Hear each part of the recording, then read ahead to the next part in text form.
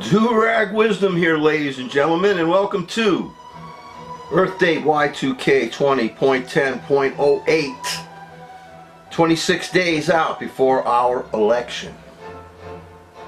Of course, we remember that there's fake Senate impeachment trial, no vindication, no adjudication, and no exoneration. The music today in our background is by Bernard Herrmann, and it's called Psycho, significantly enough, because after 4 years of dealing with the creep we have in the White House, I feel that Psycho has been the order of our days. Whether Donald Trump wins another term or not, he is going to leave scars on our republic for generations. I am 70. I may have the opportunity to live another 20 years through another generation. But the damage that Trump is inflicting on our country will last 2 or more generations long after I am gone. For those who have read The Lord of the Rings, you know that you can defeat evil, but everlasting scars remain. Trump and his enabling party of totalitarian traitors, hypocrites most, are poised to appoint an extremist religious jurist to our Supreme Court in the wake of the death of one of our best Supreme Court jurists ever, Ruth Bader Ginsburg, thus exploding any myth that the Supreme Court is nonpartisan and impartial in many of the important cases that have come before it. If Barrett is shoved through into our courts, our Supreme Court, religious extremism is justice denied. I have to again mention Jeff Sharlet's disturbing and compulsively readable nonfiction work, The Family. Religious extremism is one of the evils that sprung out of the dark side of the American experience. Charlotte makes us graphically aware that this evil is still alive and well today and is already close to accomplishing one of its major goals on the way to turning our government into a quote-unquote democratic, theocratic, quote-unquote republic. And that is making our Supreme Court extremist, religious, fascist. Today's religious extremists in our government are represented by the family. If you read Charlotte's book, you will see the logical progression of religious extremism in our country that finally leads to the founding of the so-called family. As you all know, I've already spoken of this work in at least 2 other broadcasts, but when the subject is relevant, I am duty-bound to bring it up again. Ruth Bader Ginsburg, ladies and gentlemen, was a liberal, but never an extremist. Barrett, if slimed through, would be her polar opposite and beyond.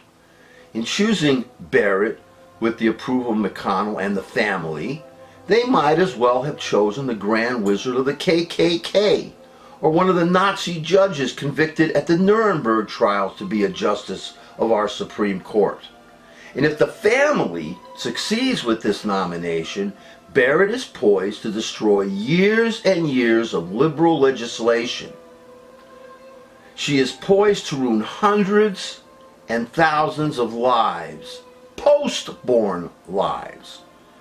And of course, once the unborn that Barrett screams about are born, they too will be screwed by her decisions, because in the Trumpist insanoverse, only the unborn matter, and the born, especially if they're not part of the 1%, can go and screw themselves. Aunt Amy Barrett is a member of a cult. She is what is called an extreme Catholic, the kind that I imagine Mel Gibson being a part of. In retrospect, I see the logic of it. Almost every religion has its extremists, its fanatics. Check out the movie Agora.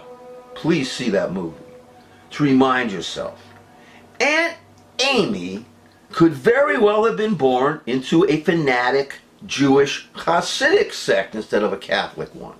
And her name would be instead Aunt Esther Schwartz. It would be the same thing. And I would be just as angry if she was going to be on it. whatever religion she is. And this is why I don't want anyone to accuse me of anti-Christian or anti-Catholic bias.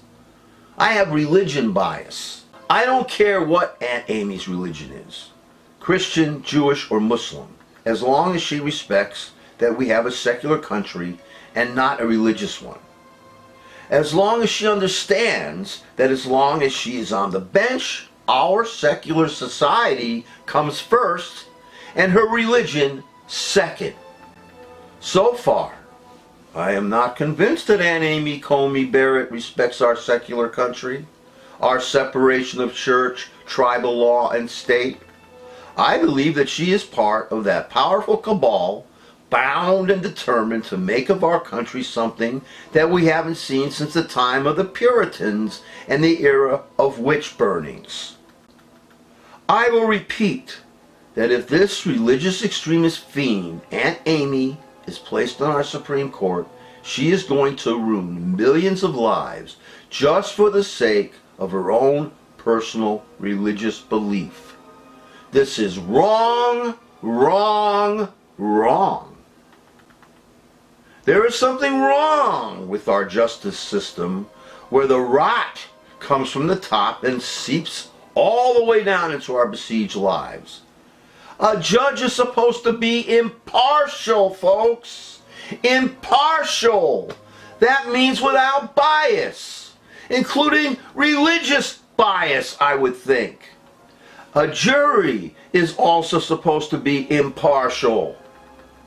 Justice Roberts keeps insisting that there are no Obama courts, no Trump courts, no partisan, no partial courts. So why the hell are both sides, especially now from the right and for years, want to pack our courts with partisan religious extremist creeps? Be they Jewish, Catholic, Muslim, or whatever, religious extremists. Diverto Donald Trumpenstuppen has made it quite clear that the most important thing for him to do is to pack the courts with the worst right-wing scum ever invented, because it turns out, surprise, surprise, that the Supreme Court may merely be the third branch of our three-branch government, but it is a vital branch that can leave scars for generations.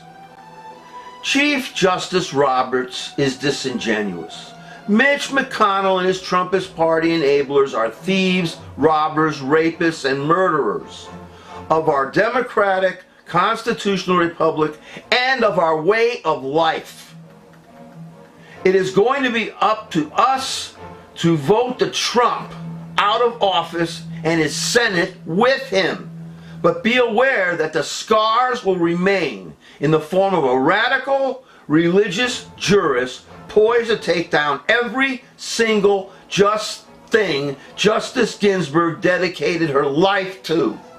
Sad. Tragically sad. Once Biden is in office, the work will begin to take back our republic and purge our courts of extremist bile, to once again work to make our country a place where justice is respected and not denied.